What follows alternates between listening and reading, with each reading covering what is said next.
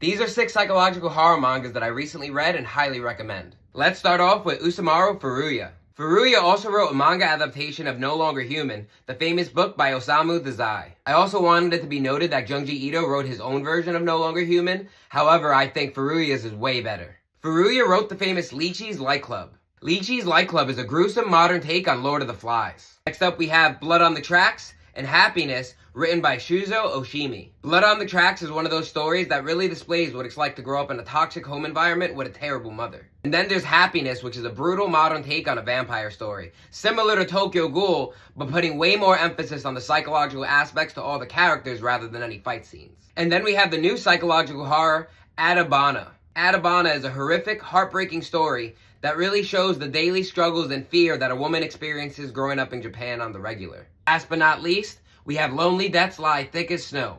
This manga was absolutely fantastic and I can't wait for volume 2. Lonely Deaths Lie Thick as Snow is a crime murder drama. The story starts off with a rookie detective investigating a burglary only to find 13 dead bodies. This story had me hooked from the start and I can't wait to read more. All these psychological horror mangas were fantastic.